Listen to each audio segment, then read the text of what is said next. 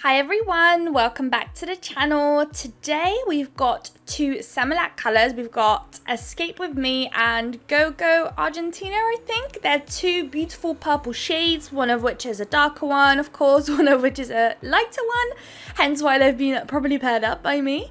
And recently motivation, maybe not motivation, but inspiration for nail designs have been on the low, so as one does, I started looking on Instagram, on where else, Pinterest, even TikTok, just anywhere. I feel like my feeds are always full of nails, but it's just, it has to be that special thing that really catches your eye and just inspires you to either recreate it or sparks an idea of a new nail design. And today I was inspired by this design in particular. So it reminds me of almost like a French tip, which is kind of flipped over, and we've got glitter at the top and a lot of crystals, and it's just got everything that I love. So I thought, why not recreate that design with the similar colors and just kind of do my own little twist on there, do a marble, some additional crystals. We've got a slight little hint of stamping in there too, and create our own design from just that one nail. So with today's video, as you can see, I am going to apply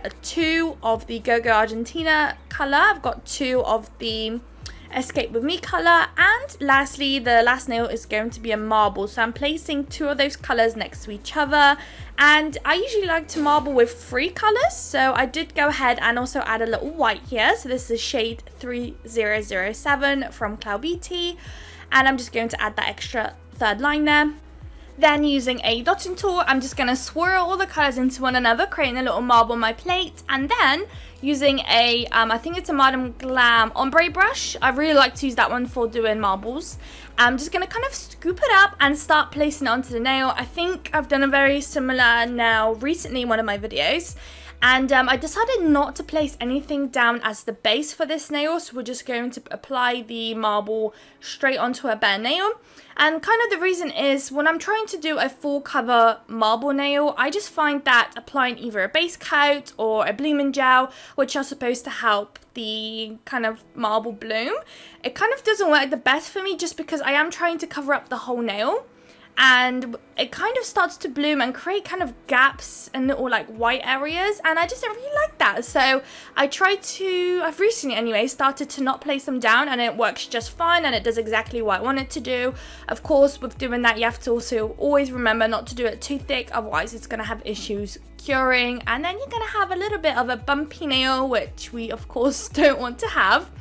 So here I'm just applying it, as you can see, and the fun thing with marbles is also that if at any moment there's an area that you don't like, there's too much white, there's too much purple, there's too much whatever color, you can just go in and just add it in, which is great. I'm not too sure if I did end up doing that there, but I always end up doing it every so often whenever there's an area that I would kind of want to fix up, which is kind of just like a work in progress. You can never mess it up. It's always going to look good when it's a marble.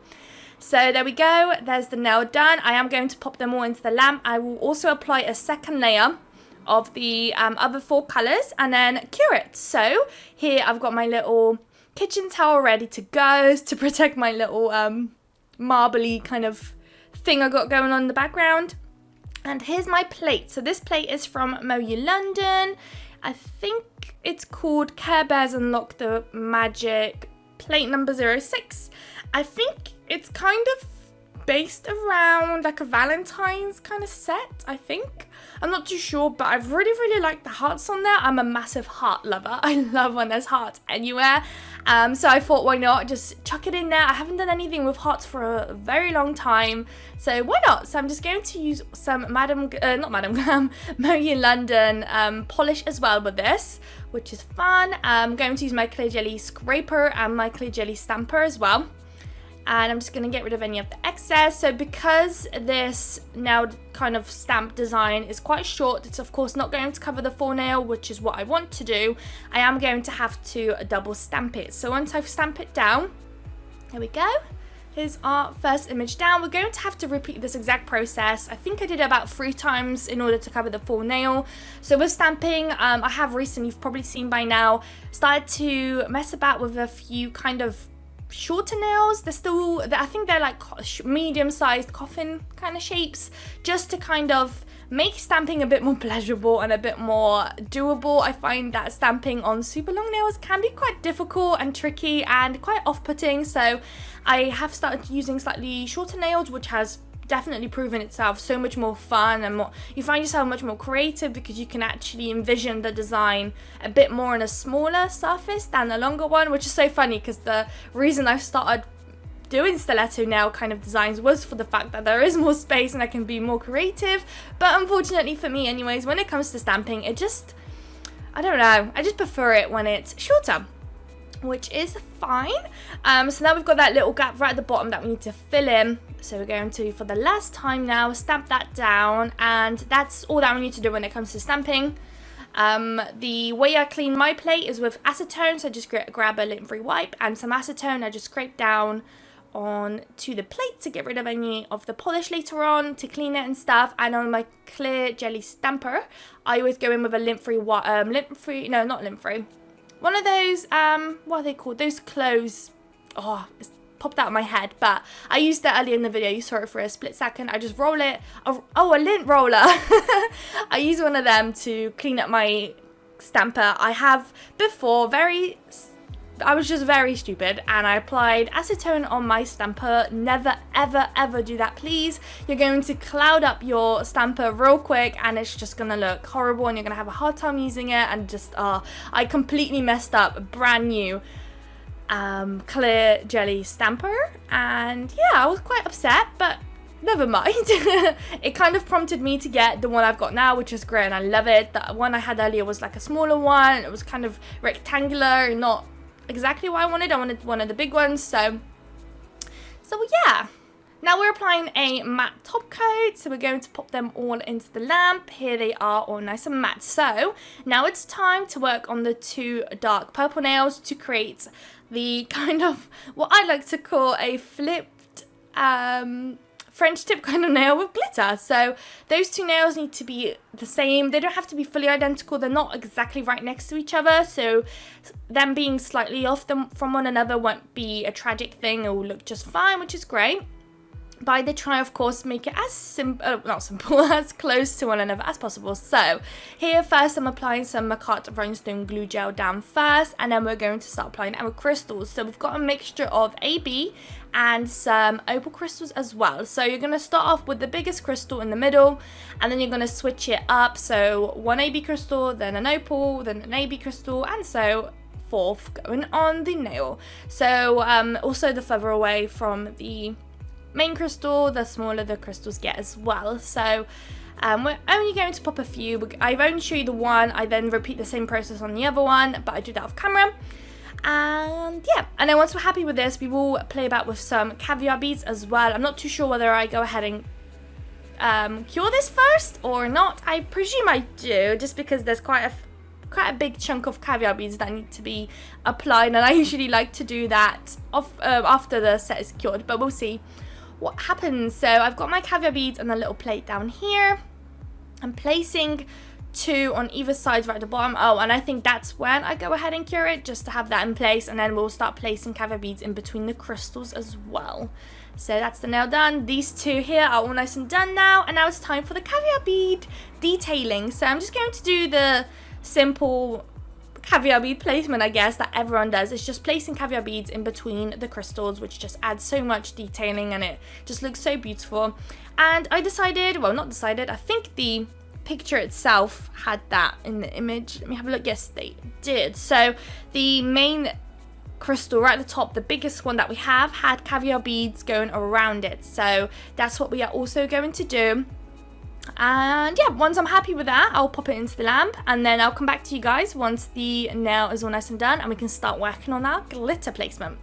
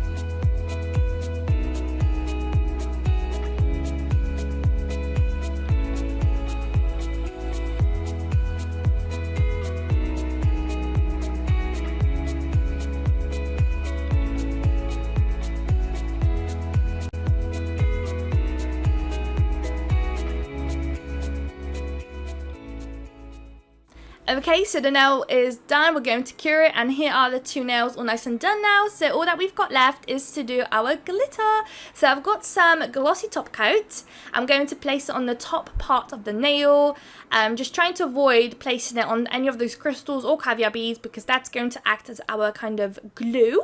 And we're going to sugar on top of this glossy top coat, and then the top coat is going to act as our glue for the glitter, and it will be cured in place and we'll be good to go. So we're just going to place that there. The glossy top coat I'm using is from Vanillisa, and the glitter, I can't remember where I got the glitter from. I've had this one for a while, but I can't remember. But this is it. It looks beautiful. It's almost like a mixture between kind of like whitey slash purpley glitter. It's like a slight mixture of fine glitters in there, which I thought would suit quite nicely in here.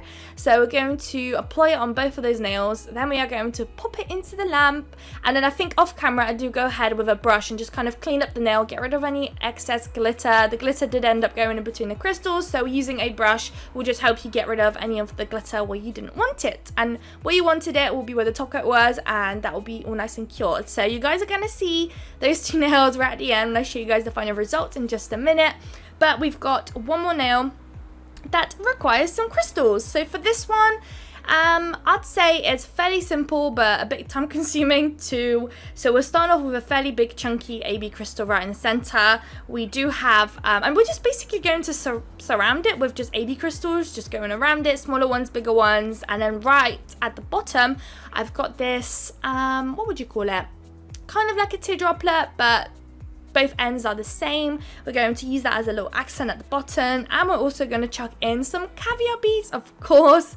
So this bit, I'm probably also going to let you guys watch it. I'm not too sure how to describe it as much, just kind of watch what I'm doing and you get the gist. So I'll come back to you guys once this nail is all nice and done.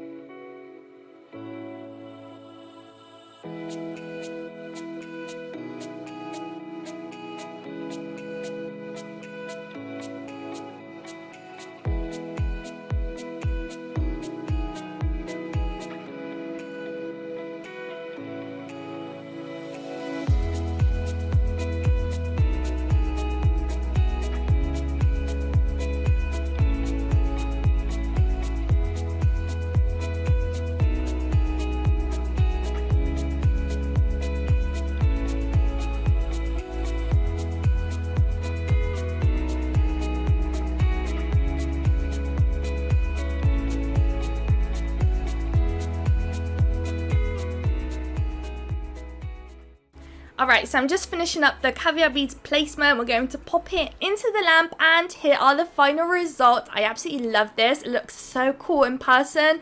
So if you do end up recreating it, please have a go, because it literally is such a really beautiful set in person. So if you like this video, don't forget to like, comment and subscribe, and hopefully I will see you all in my next video. Bye guys!